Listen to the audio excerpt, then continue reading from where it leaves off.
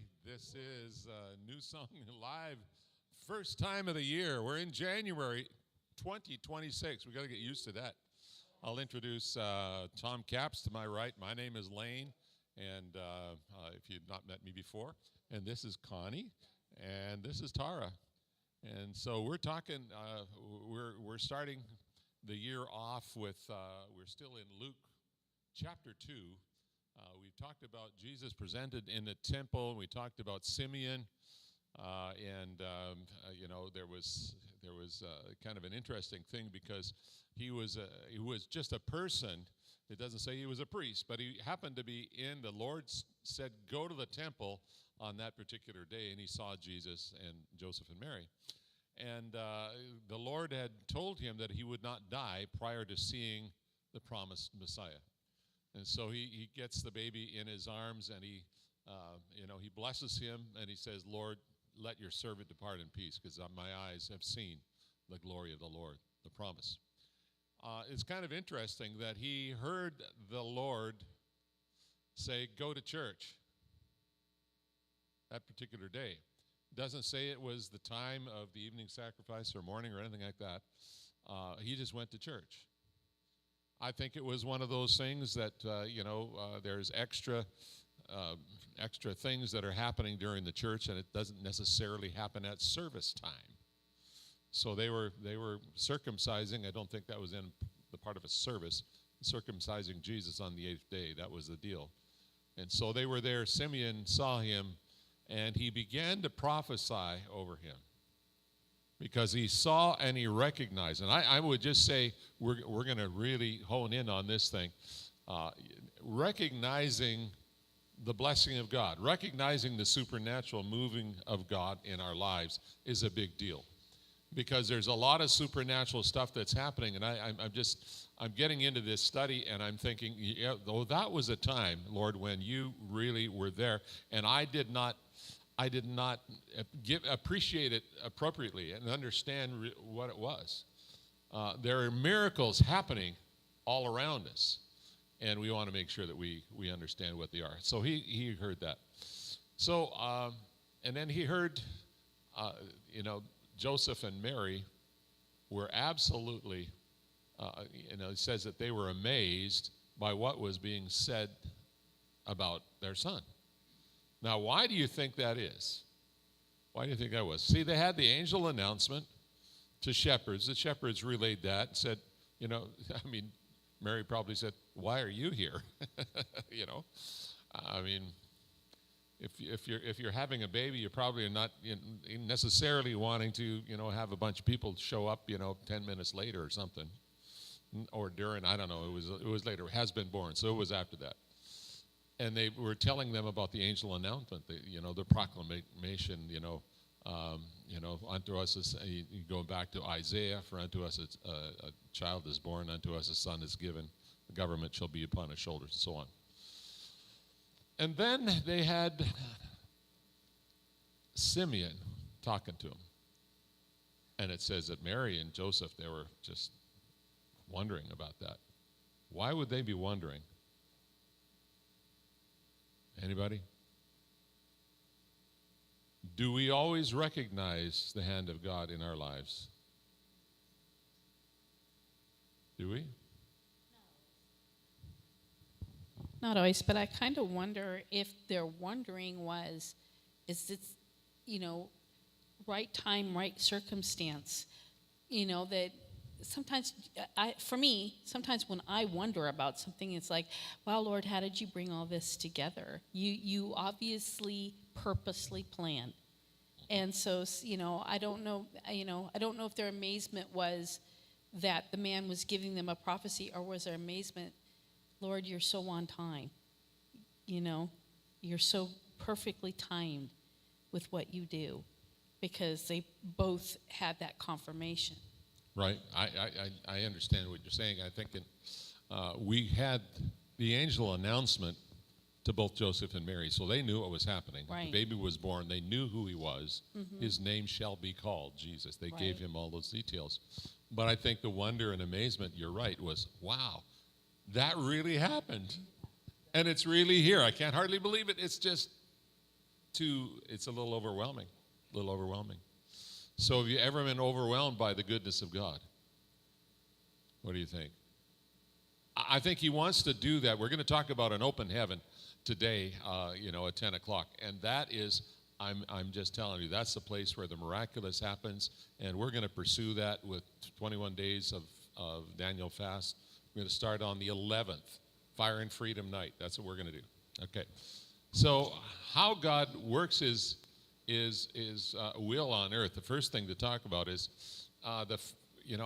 when my kids were born, the first people I called were my family, my mom and dad, her mother and dad, uncles, cousins, all that. Big news. When Jesus was born, why do you think he chose the smelly shepherds to make the first announcement to? He likes to use the humble. Yeah. First Corinthians. Rather than the proud and the elite, if you will. Yeah, that's good. That's good. Somebody read 1 Corinthians 1, 26 and 27. You got it there? Is it in the notes? It is. It's after start here. Okay. 1 1 Corinthians. Corinthians 1, 26 to 27. Yep. Remember, dear brothers and sisters, that a few of you were wise in the Lord's eyes, or powerful or wealthy, when God called you. Instead, God chose things the world considers foolish in order to shame those who think they are wise. And he chose things that are powerless to shame those that are powerful.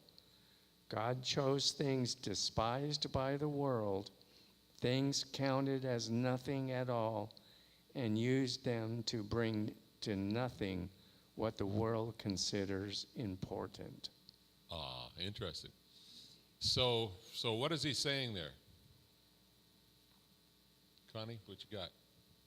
I would say here that he confounds the wise by showing them that, anybody can be used here that surrender to him. Right. I mean, through the Bible, Yes. God used donkeys, Yes. Even and that. sometimes they were animals.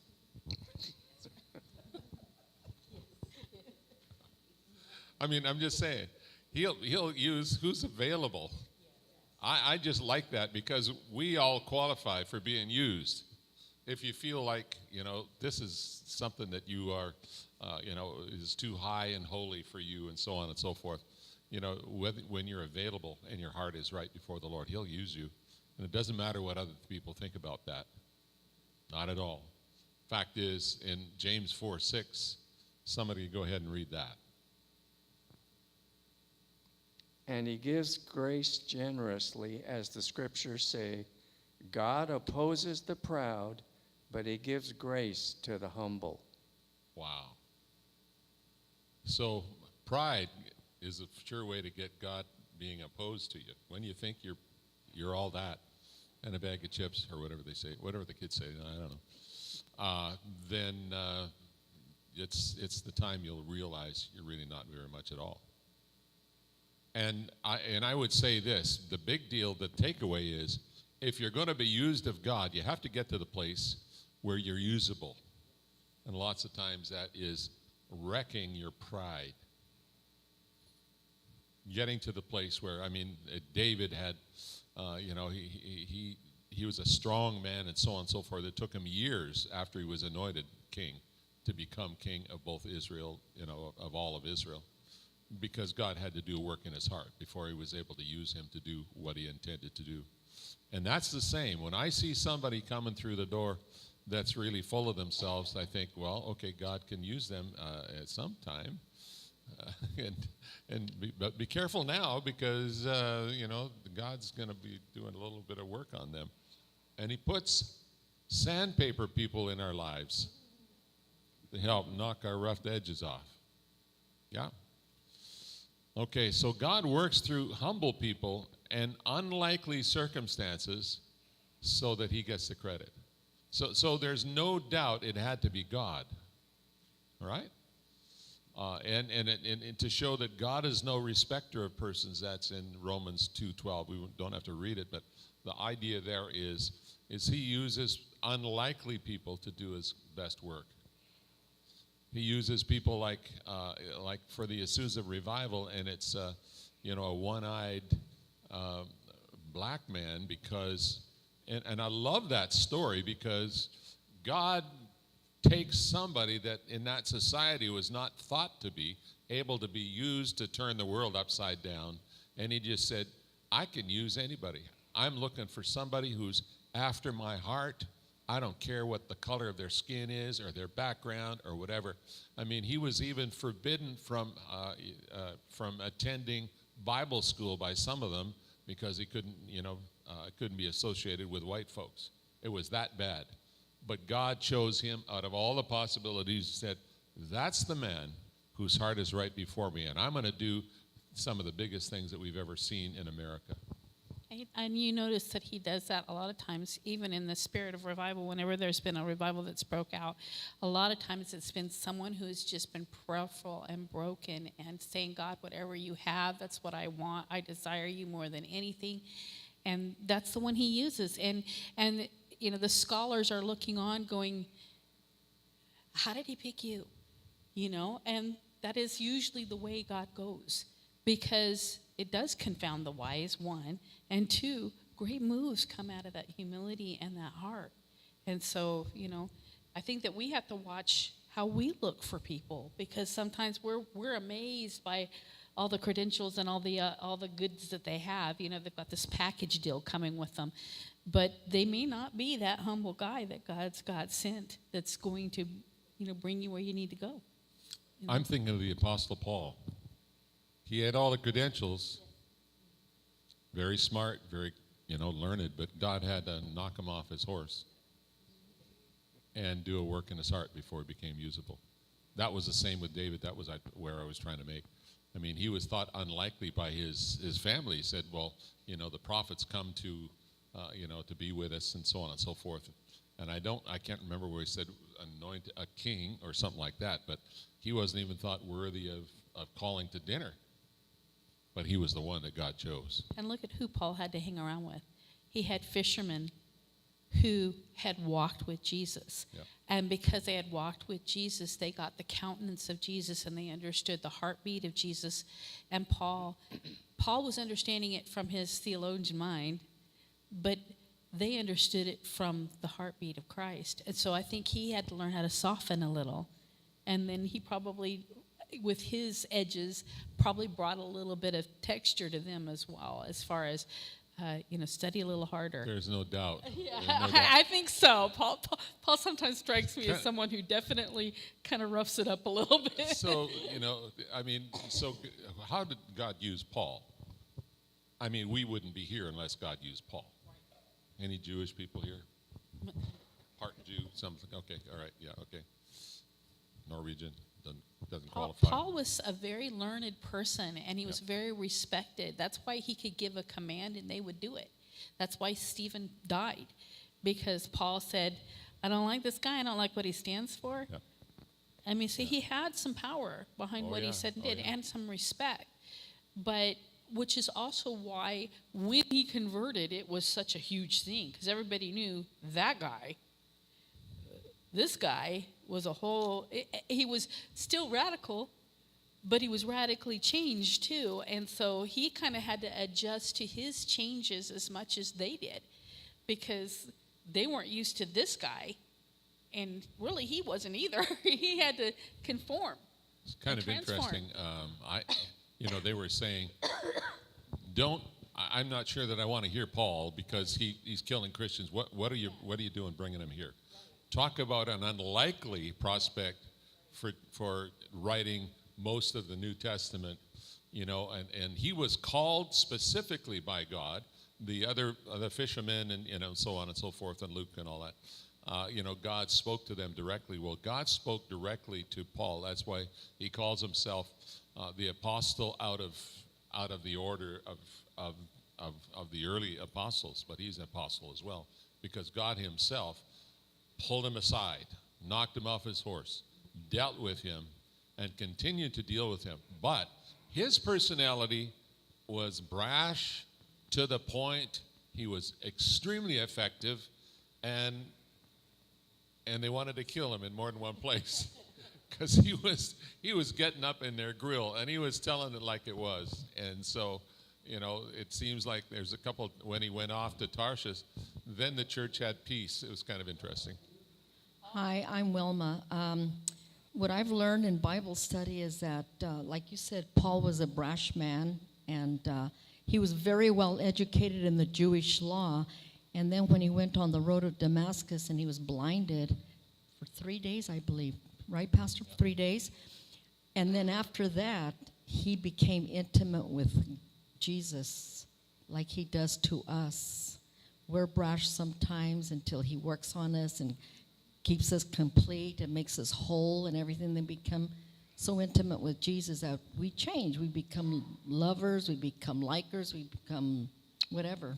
Whatever we hate in this world, it turns it into love. Since I we're like- talking, oh. go ahead. I like the change in Paul. Encounter with Jesus. And he went from, being a hardcore Pharisee,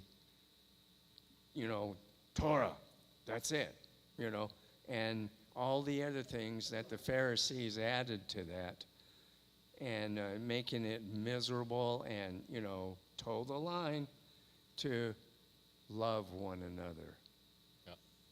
So part of that was he was not accepted by the church at the beginning in Jerusalem. So he went off to Tarsus and studied, reacquainted himself with the scriptures from a different perspective for 10 years. 10 years. In the school of the Spirit, walking with God. That's where some of that stuff was downloaded that eventually came out in the doctrine and so on that we have in the New Testament. Interested. So there was somebody else in that presentation thing, and it was circling back to that day. Her name was Anna. And somebody want to read Luke 2:36 through 40? Who's got that? I got it again. Okay. Anna, a prophet, was also there in the temple. Okay, hang on. So it's interesting that she was called a prophet, not a prophetess. Because there's no distinction between the male and the female in the economy of God. That makes sense? God can use kids, he can use teens, he can use men, he can use rascals, he can use women rascals. But he looks for the heart. It's Luke 2, verse 36. Yeah, say amen when you got it. Yeah, so you should have a Bible up and or a device of some kind so you can follow along. Okay. So she was a prophet also there in the temple. And then go ahead. She was the daughter of Phanuel from the tribe of Asher, and she was very old. Her husband died when they had been married only 7 years. Then she lived as a widow to the age of 84. She never left the temple, but stayed there day and night, worshiping God with fasting and prayer. Okay, let's just stop there. So what's remarkable about that? What dedication. Man, Dedication. that's someone who has a deep love for God and just is 100% all in. I'm gonna ask this one to you, Connie, because you spent some time as a widow. Yes. She was only married 7 years, and then the rest of her life. What do you think about that? I really believe that she recognized the significance of Jesus. And, sometimes here when you've had a great marriage, Yep. a lot of times here prepare yourself here to know that your dedication here to God is either going to grow dim, or it's going to push you in to literally seek out the face of God for direction in your life. And I know I was a widow for 14 years before I remarried, but during that time, I mean, I literally sought out, knowing here that church was part of my whole total being. I mean, being together with, the family of God, and knowing here where I was, I mean, I felt like, everybody came alongside me and gave me a sense of where it still was acceptance. Even though I no longer was married, it was still the acceptance of recognizing here that, yeah, you're a widow, but you're still part of us.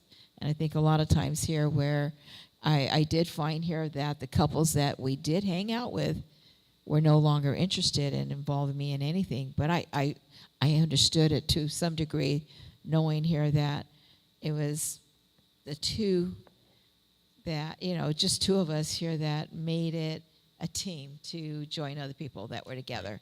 But, but you learn to accept the changes, that go along in your life, to recognize here that people do change, but you got to just respect that, because people are in different seasons in their life, which I was too. So, Yep. Glad you're in this season. Yeah, me too. So there is, after major change in your life, there is still an excellent plan for God. I continue on. She came along, verse 38. She came along just as Simeon was talking with Mary and Joseph, and she began praising God. She talked about the child to everyone who had been waiting expectantly for God to rescue Jerusalem. Okay, so she came along just as Simeon was talking to Mary and Joseph. Doesn't say that she heard their conversation. Doesn't say that she did or didn't. But again, this was another, she would have been an accepted prophetic voice in the temple. There's things that are going on in the Baptist convention now with Saddleback and so on and so forth, and they're rejecting Saddleback as a part of the Southern Baptist Convention because they have ordained a lady to be, they have a new pastor and his wife, they ordained them both to serve as leadership of that church. And the Baptist says, no, women can't serve in that capacity. And it's kind of interesting, because here we get an idea of what is going on. She not only was faithful to serve for the rest of her life, but she also understood the promise of God. She was in tune with the Spirit when she saw that child. I think, I'm not building a doctrine on this, but I think that she understood who that was. She recognized it, and she began to speak and tell everybody, listen, you wouldn't hardly believe it, but we are right now in the presence of Messiah. What we have looked at for since the prophecy of Isaiah about 600 years prior to that. Well, he prophesied, for unto us a child is born about 600 years BC, before Christ. She said, it's here. It's finally here. I mean, we've seen it with our own eyes. And when I think that I don't know that she was 84 at that particular time. I don't know if she could run and skip and dance. Probably so. They lived a long time back then. And we're going to talk about that. Isaac's son, Jacob, he lived to be about 150. So when he was doing all the shenanigans with stealing birthrights and everything, he was a middle-aged guy. It wasn't a childhood prank, but anyway, she was very, very much in order, and she was proclaiming the same things to everybody that was around there. So she was saying, Simeon said it, and I'm saying it. I confirm what is happening here. This is God. This is God incarnate. He came to church this day. And I'm just thinking those poor guys that stayed home because of the rain or whatever was going on there. They missed it because God visited. God came to church and they weren't there. It's like doubting Thomas. He said, "Yeah, I won't." Yeah, and he missed church and God showed up. We're going to talk about that too. I just like talking about that. So, okay. So how did Jesus live, being both God and man as a child? So there was a couple things that he did, and it was an example to us. He was born of a woman under the law. Okay, so he fulfilled the requirements of the law. He was circumcised on the 8th day. That's according to the law. And we can find out a little bit later, he was obedient, lived in submission to the authority of his parents as a child growing up. He was God, but he was under authority. Oh. There's a principle in this, and that is, it's this. The people that are out there, I encountered a self-proclaimed prophet. Some years ago, he came to Trinity and was praying around the altar with our youth. And some of the leadership there, I happened to be the only guy or only pastor that was still in the building at that particular time. And I think we were between youth pastors even, I'm not sure. But this was a group, and they were praying with our kids. And I said, our policy here, we don't know you. You can't. We don't want you praying with our youth here. Well, can't I even pray with our youth? I said, no, regrettably, until we're sure of who you are and what you're doing. We can't allow that. Please refrain.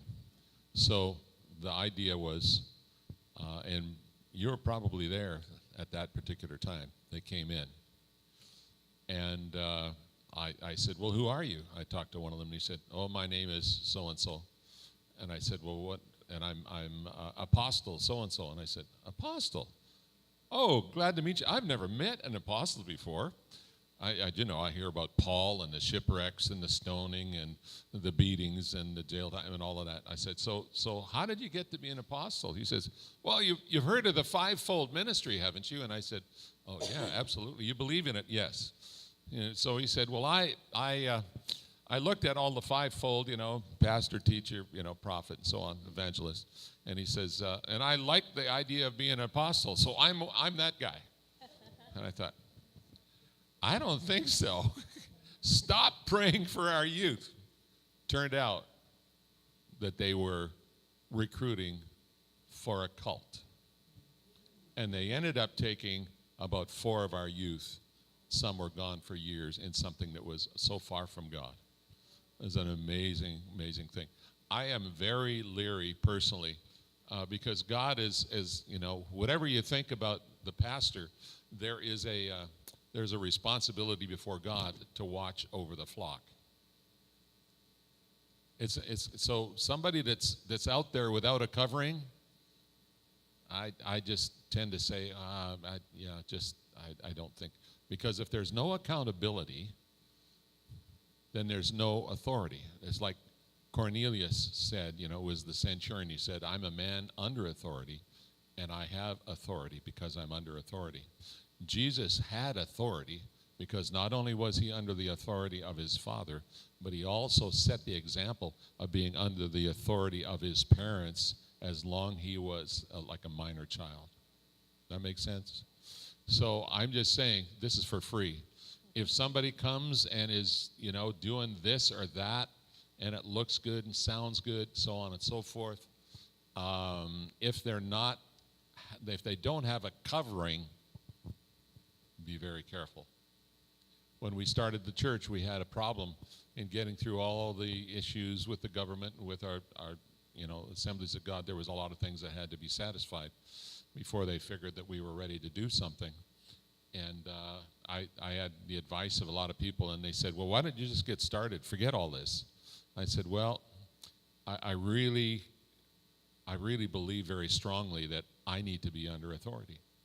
this church needs to come under authority. If it's to have any authority or lasting, impact, it needs to be doing it right. So, they couldn't understand that. Well, come on, we'll start in my garage. It was a good friend, and it was a good offer because his wife was an excellent cook and made great stuff and all that. I mean, it would have been a good place to get started. And I said, can't do that. Can't do that. And so that's a for free. Jesus modeled the way it should be done. He was under authority and had all authority. So anyway, I just have had so many interesting experiences where people that were independent, they came to a difficult place. All right. So that being said, were Joseph and Mary perfect parents, do you think? I mean, No. they were parenting the Son of God. What do you think? No, they had the encounter with the angels. They had this experience and such, but they were still human, Yeah. subject to their sin nature. You And think they so- did ever made a mistake? Probably. I would say undoubtedly. Is there any parents here that have been perfect? I don't know. Oh yeah, okay. There's one right there. We need to talk to you when you write a book about I'll write the forward to that. So in verse, moving on, Jesus grew up healthy and strong, filled with wisdom, and the favor of God was on him. Wow.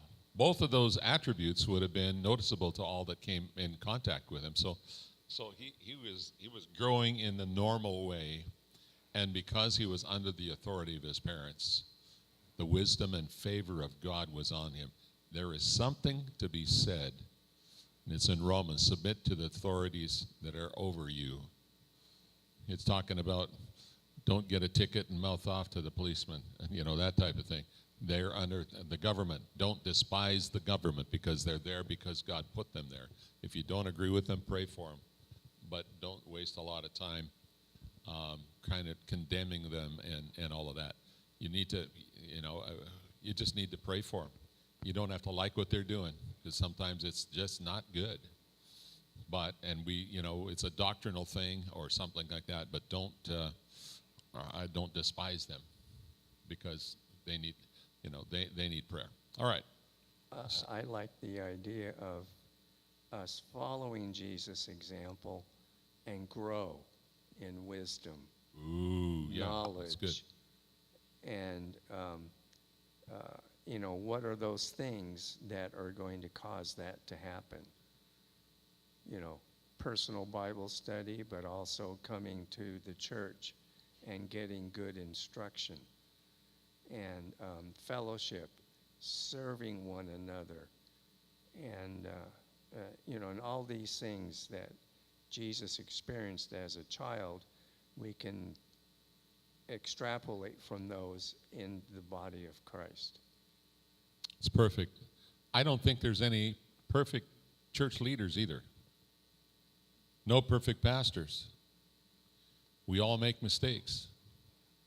We all have those, I wish I'd have done that a little differently. Wow, But the whole idea is they're still responsible before God for what they do and for what they don't do. Go ahead. Just seeing just what's said here for a small portion of Jesus' life growing up, you come to the conclusion here that Joseph had to have shown him the trade that he was in, because he helped the apostles put up tents. I mean, there was a lot of things here that showed that Jesus was proactive in the things that he did. It wasn't like he just let everybody do everything for him. He was engaged in working with his apostles when they went from town to town. So, you could see that parents, yes, I totally understand there's no parents that perfect the way that they raise their children, but I believe when you have God, you come to that place here where it's repenting for the things you didn't do, and you ask God for the guidance for the things you have to do, with your children. Speaking of being under authority, Jesus was under authority when he went to the cross. He was in perfect submission to the will of his Father. Otherwise, there would have been no redemption. You know, you got to trust God with those that he puts in authority. All right, let's go on here. We got a little bit of time. So I'll read a little bit. Every year, this is Luke 2, still 41 to 47. Every year, Jesus' parents went to Jerusalem for the Passover festival. That was a requirement. You had to go to Jerusalem for that if you were a good practicing Jew, and it was the expectation that everybody would do that. It was a national deal. When Jesus was 12 years old, okay, so he was on the cusp of being a teenager. Anyway, they attended the festival as usual. Now, when is the bar mitzvah for Jewish boys? How old is that? 14? Okay. I thought it was 12. Well, maybe it is. Anyway, it's kind of interesting. Yeah, we'll have to look that up. Okay, so if you're watching, Harrison, why don't you look that up and get on the chat and give it to us? All right. So after the celebration was over, they started home to Nazareth, but Jesus stayed behind in Jerusalem. His parents didn't miss him at first. I can go with that. I let my kids, one kid, thought they were with uncles and cousins, and they weren't. They were at the janitor phoning us saying, "Where are you?" Because they assumed he was among the other travelers. There you go.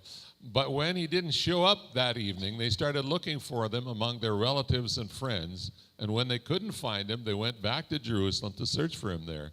3 days later, they finally discovered him in the temple, sitting among the religious teachers, listening to them and asking questions. And all who heard him were amazed at his understanding and his answers. Go. For Jewish boy, bar mitzvah begins at 12 years old, and for Jewish girl, it begins at 13 years old, according to Thank Google. you. According to Siri or whatever you got there. Okay, 12. Okay. Well, that might have been, that's kind of an interesting milestone, because why do you think that he stayed behind in Jerusalem? Anybody? He had a job to do. He wanted to be in his Father's house. Yeah, I see that, he's cracking open the word that they knew, the Sadducees and the Pharisees knew, and he's astonishing them with his knowledge as a young man. Mm-hmm. Now he's being raised up, but he's been raised up with secondary knowledge. So in other words, Joseph probably taught him some of the Torah and some of the things that they understood and knew, but they didn't have all the stuff they didn't have as much ability to get things like the priests did and the Pharisees did. And so they didn't have the ability to do some of the stuff. So I think it's interesting that he knew so much. So it tells you his love for the word. It really does. Well, every Jewish young man would be schooled. Yes. And the priests and so on would have another level of education and requirement, so on and so forth. So it's kind of interesting. You're right. They knew it from the book. He knew it from being God. Quite a difference right there. Exactly. But so he stayed behind, and they discovered that he was in the temple, and he was asking the hard questions to the religious leaders and so on and so forth. And they were astonished at his wisdom. Interesting. So this will be the last question. Why do you think it took 3 days to find Jesus? Well, you see the caravan that was described here as all the people returning back to their homes. Right. And so you would assume he's in that company of all the people that were there. I mean, there must have been lots of kids that you would assume your child was with, but I when Tara was They talking, were all walking all the time. There was no public transportation. No, there wasn't. Like we know it. there Okay. was. Oh, yeah. Okay. So they went back to Jerusalem. That's what it says. To search for him there. So they were back in town, and 3 days later, they searched in Jerusalem for 3 days before they found him. So why do you think that was? Some wisecrack would say, well, it's always in the last place that you look. Yeah. Good question. Family, there was aunts, uncles, cousins galore, and so when they went in their caravans, there were a lot of family members, and so they trusted that they were okay because they were being passed amongst and fed by and helped cared by this huge group of family. But also, yeah, you're right. The last place that they would have thought, well, where's the rest of the family? Where's the lingerers? He should be with them, and instead he's in the temple. Interesting. All right. I think that when my kids got lost, I would look for them in the place that interested them most. We did family arcade day Saturday mornings. Yeah. That's and Aaron. There was 4-Up driving stuff over there, and we did all of that. Yeah. So that was so they didn't understand. They still didn't understand who they were dealing with. They were thinking a 12-year-old, but he was really starting to show signs of his future right there. And when he says, his parents didn't know what to think. This is verse 48. Son, his mother said to him, why have you done this to us? Do you know your mother and I, we didn't know where you were. Yeah, exactly. Your father and I have been frantic, this NLT, searching for you everywhere. Jesus responded and said, but why did you need to search? Because I couldn't find you. Didn't you know that I must be in my Father's house? But they didn't understand what he meant. We'll leave it right there. Father, thank you for everything that's going on today, and we bless your name. We ask, Father, that you would be with us, and Lord, let your name be exalted. And Lord, I pray that today would be an incredible experience in your presence in Jesus' name. Amen. All right. Good morning, everybody. And we are out. We'll wave them out. Yes, wave them out.